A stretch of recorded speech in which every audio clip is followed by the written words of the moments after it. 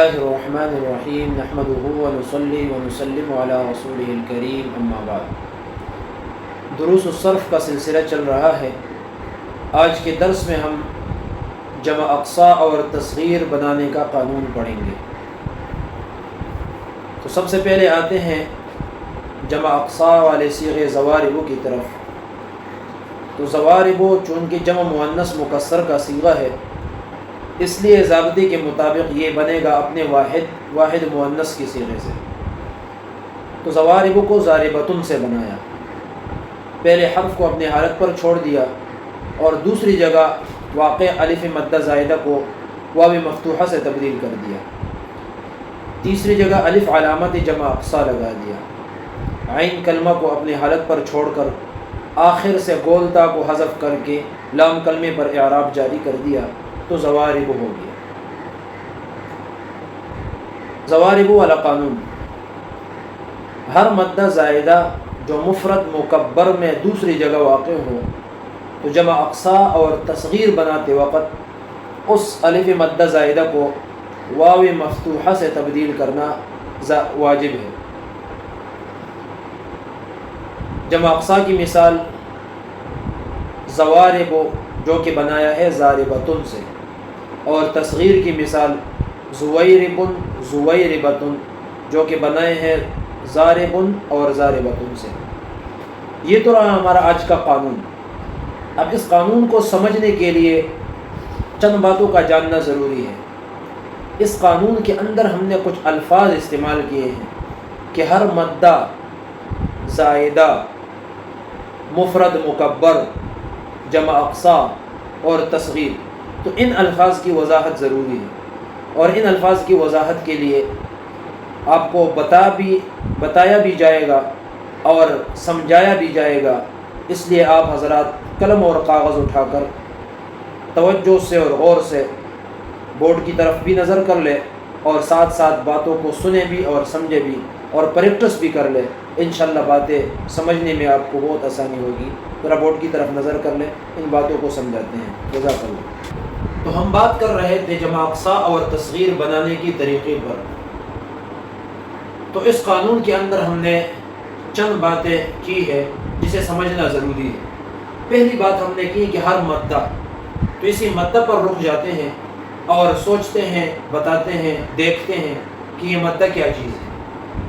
تو تین حروف تہجی کے اندر ہے واو، الف اور یا۔ یہ تین حروف جب ساکن ہو اور ماقبل والا حرکت ان کے مطابق ہو تو یہ ہے مدہ۔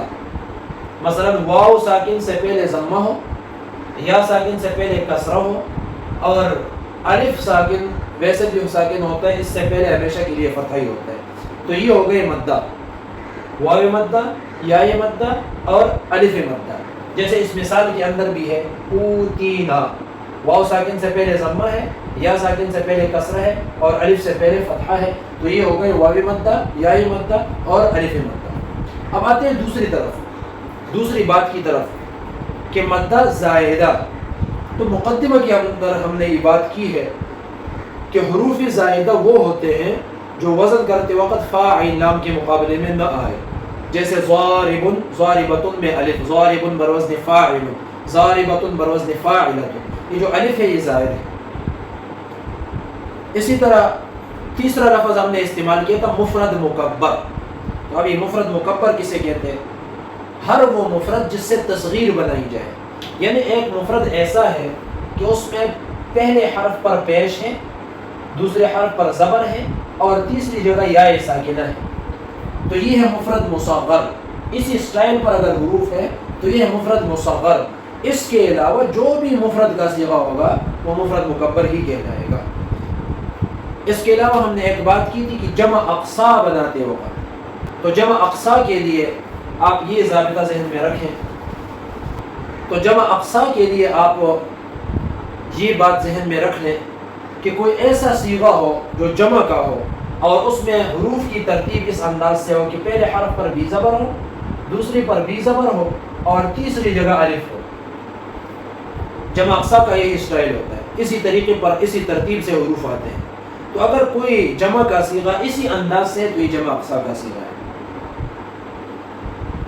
اور تصغیر کا لفظ ہم نے استعمال کیا تھا، تو تصغیر آپ کو ابھی بتا دیا کہ پہلے حرف کے اوپر ضمہ ہو، دوسرے پر فتحہ ہو، اور تیسری جگہ یا ساکنہ ہو، تو یہ ہے تصغیر کا اسٹائل۔ اب ہم اس قانون کے اندر ہم نے ان دونوں کو بنانے کا طریقہ معلوم کرنا ہے۔ تو یہ ہے کہ مفرد کا لفظ ہم لکھ لیں گے، کوئی بھی مفرد، مثلا ہم لکھتے ہیں ضاربۃ، پہلے جمع اقصا بناتے ہیں پھر تصغیر کی طرف آتے ہیں۔ اب اس ضاربۃ سے ہم نے جمع اقصا کا صیغہ بنانا ہے، تو ہمیں پہلے حرف کے اوپر زبر چاہیے، اور ہمارے پاس پہلا حرف ضاد ہے اور اس کے اوپر آلریڈی زبر ہے، تو بس اس کو رہنے دو۔ دوسری جگہ ہمارے پاس الف ہے، الف مدہ زائدہ ہے، اور یہ مفرد مکبر کا صیغہ ہے۔ ہمیں چاہیے دوسری جگہ پر ایسا حرف کہ اس کے اوپر زبر ہو۔ الف کے اوپر اگر ہم زبر لگائیں گے تو پھر الف نہیں رہتا، پھر وہ حمزہ بن جاتا ہے۔ اسی لیے اسی ضابطے کے مطابق اس الف کو ہم یہاں پر اتاریں گے، اور اتارتے وقت اس الف کو الف نہیں اتاریں گے بلکہ اس کو واو بنا کر اتاریں گے، اور وہ فتحہ ہم واو کے اوپر لگا لیں گے، تو یہ الف بن جائے گا واو، اسی قانون کے مطابق۔ اب باقی کارروائی کرتے ہیں۔ تیسری جگہ اب ہم باہر سے ایک الف لائیں گے اور اس کو لگائیں گے، زوا بن جائے گا۔ اب ہمارے پاس دیکھیں کتنے حروف بچتے ہیں، ضاد اور الف تو ہمارا چلا گیا، اب ہمارے پاس بچتے ہیں 1 اور 2۔ یہ جو تن ہے، تن، اس کا کوئی اعتبار نہیں ہوتا، یہ کبھی ہوتا ہے کبھی نہیں ہوتا، تو جب ہم جمع اقصا بنائیں گے تو اس کی طرف دھیان نہیں کریں گے، اس کو بس ختم ہی کر دیں گے۔ تو ہمارے پاس 2 حروف بچتے ہیں، ایک ہے را اور ایک ہے با۔ تو جب ایک حرف ہو تو وہ تو مشدد ہوگا، اس کی طرف آتے ہیں، اور جب 2 حروف ہو تو پہلا حرف مکسور ہوگا اور دوسرے کی حرکت عامل کے مطابق ہوگی۔ عامل کے مطابق یہ نحویوں کا کام ہے، وہ کہہ رہے ہیں کہ جمع اقصا اس کے اندر غیر منصرف ہونے کا ایک سبب موجود ہے، جمع اقصا منتہی الجموع، یہ قائم مقام بدو سبب ہے، اس لیے اس کے اوپر تنوین اور کسرہ نہیں آئے گا، تو ایک پیش ہم لگا لیتے ہیں، زوال کو بن جائے گا، یہ ہمارا جمع اقصا بن گیا۔ اسی طرح ایک دوسری مثال سے ہم دیکھتے ہیں، مثلا ہمارے پاس لفظ ہے مضرب، ہمارے پاس لفظ ہے مضرب۔ اب اس مضرب سے ہم نے جمع اقصا بنانا ہے، تو ہم اسی فارمولے کے مطابق میم کو ہم زبر دے دیں گے، اور دوسرا حرف ضاد ہے تو ضاد کو بھی زبر دے دیں گے، اور تیسری جگہ الف علامت جمع اقصا لگا دیں گے، تو مضا بن جائے گا۔ اب مضا بننے کے بعد ہمارے پاس 2 حروف بچتے ہیں، تو پہلا حرف مکسور ہوگا، الف جمع اقصا کے بعد جو بھی حرف آئے گا وہ مکسور ہوگا، اور اس کے بعد با، اس کے حرکت عامل کے مطابق مضارب۔ اب ہم ایک ایسا مثال دیتے ہیں کہ ان میں الف جمع اقصا کے بعد ایک حرف ہے، مثلا ہمارے پاس لفظ ہے دابتن۔ اب اس دابتن سے ہم نے جمع اقصا بنانا ہے، تو پہلے حرف کو ہم زبر دے دیں گے، فتحہ دے دیں گے، اور دوسری جگہ یہ مفرد مکبر ہے اور دوسری جگہ الف مدہ ہے، الف مدہ زائدہ، تو اس کو ہم واو مفتوحہ سے تبدیل کر لیں گے تو دوا ہو جائے گا۔ تیسری جگہ ہم باہر سے الف لائیں گے تو دوا ہو جائے گا، اور اس تم کا کوئی اعتبار نہیں ہوتا، اس کو حذف کریں گے۔ اب ہمارے پاس ایک با بچتی ہے، تو اس کو مشدد نیچے اتار لیں گے اور اس کے اوپر پیش لگائیں گے تو بن جائے گا دوابو۔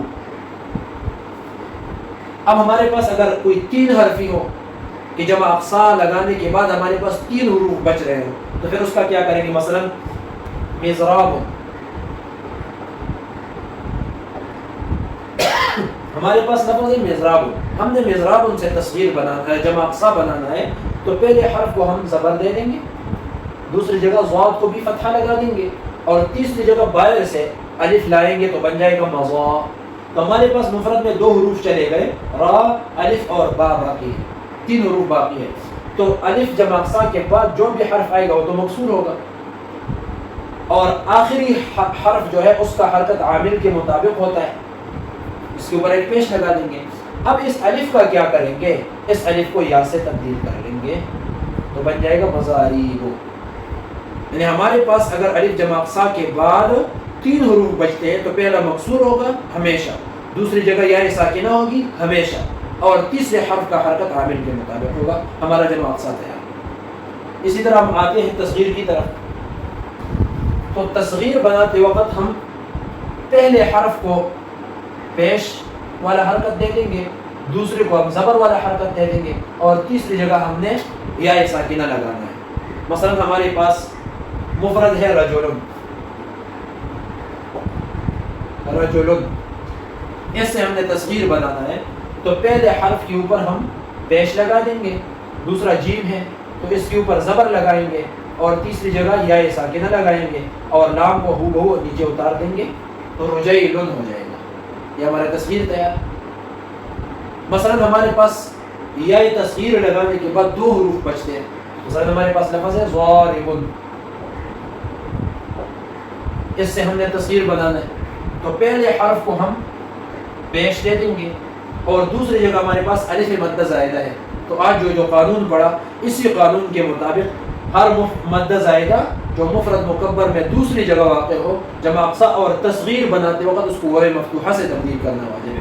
تو ہم تصغیر بنا رہے ہیں تو اس الف مد زائدہ کو واو مفتوحہ سے تبدیل کر لیں گے، تو بن جائے گا زوا۔ اب ہم نے ایک یا ایڈ کرنی ہے تیسری جگہ پہ باہر سے، یہ یا علامت تصغیر ہے، تو بن جائے گا زوئی۔ اب ہمارے پاس دو حروف بچتے ہیں را اور با، تو پہلا حرف یعنی تصغیر کے بعد بھی ہمیشہ کے لیے مکسور ہوگا، اور دوسری کا حرکت عامل کے مطابق زویربن بن گیا۔ مثال کے طور پر ہمارے پاس تین حروف ہے یعنی تصغیر لگانے کے بعد، مزراب، تین حروف ہے، تو پہلے حرف کے اوپر ہم پیش لگا دیں گے، اور دوسری کے اوپر ہم زبر لگا دیں گے، اور تیسری جگہ ہم یا ساکنہ باہر سے لائیں گے علامت کے طور پر۔ اب ہمارے پاس تین حروف بچتے ہیں را، الف اور با، تو یا تصغیر کے بعد پہلا حرف ہمیشہ مکسور ہوتا ہے، اور تیسرے کا حرکت عامل کے مطابق ہوتا ہے، اور جو دوسرا حرف ہے یہ ہمیشہ کے لیے یا ساکنہ ہو جائے گا۔ تصغیر کے اندر دوسرا حرف یا تصغیر کے بعد دوسرا حرف وہ یا ساکنہ ہی ہوتا ہے، اس کے علاوہ کوئی دوسرا حرف نہیں ہوتا، تو بن جائے گا مزیریب۔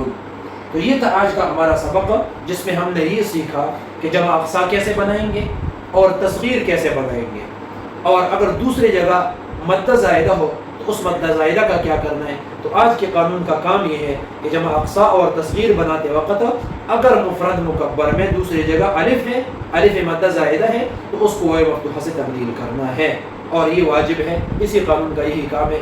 انشاءاللہ اگلے قانون میں اس میں مفعول کا طریقہ ہم سیکھیں گے۔ ہمارے ساتھ رہیے گا۔ جزاکم اللہ خیرا، وآخر دعوانا ان الحمد للہ رب العالمین۔